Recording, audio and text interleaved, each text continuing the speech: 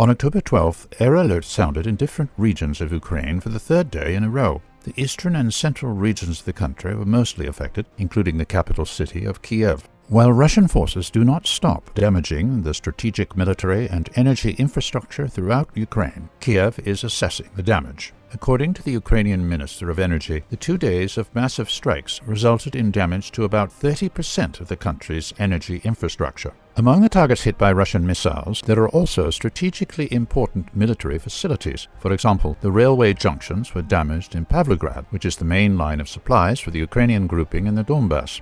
Amid the ongoing missile and UAV attacks, the Russian military gained the upper hand on some front lines. On the night of October 11th, Ukrainian forces attempted again to storm Russian positions near Crimea. The offensive of the Ukrainian military was repelled and even led to a Russian counteroffensive. Russian units managed to advance towards the river of Zerobets and take control of the villages of Terny and Novosadovoye. Despite the Ukrainian efforts to break through Russian defenses near Savatovo and Crimea, Russians are still holding control of the towns as well as of the road between them. In the DPR, Russian-led forces continue the mop-up operations on the outskirts of Bakhmut and advance deep into the town. Wagner assault groups are also approaching Bakhmut from the southern direction. The Russian offensive is also ongoing on the western outskirts of the city of Donetsk. The recent damage to the railway junctions is expected to complicate Ukrainian military supplies and may threaten Ukrainian defenses on the Donbass front lines. In the Zaporizhzhia and Kherson regions, Ukrainian units continue their attacks on Russian positions with small forces in different areas, but so far to no avail.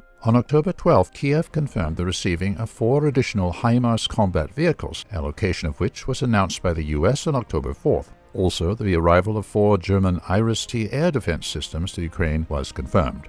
Western partners continue to provide weapons to the Ukrainian terrorist regime. Despite the warnings from Moscow, Kiev did not stop attempts to carry out terrorist attacks on the Russian territory. The Russian security forces thwarted a terrorist attack prepared by a Ukrainian citizen on the outskirts of Moscow. The terrorist was captured with a portable Igla manpad. Another Ukrainian terrorist was captured when preparing an explosion in the Russian Bryansk region. On the same day, Russian security service identified 12 accomplices of a terrorist attack on the Crimean Bridge. 8 of them were detained, including citizens of Ukraine and Armenia. The orchestrator of the attack, which claimed lives of 4 Russian civilians, was the head of military intelligence of Ukraine.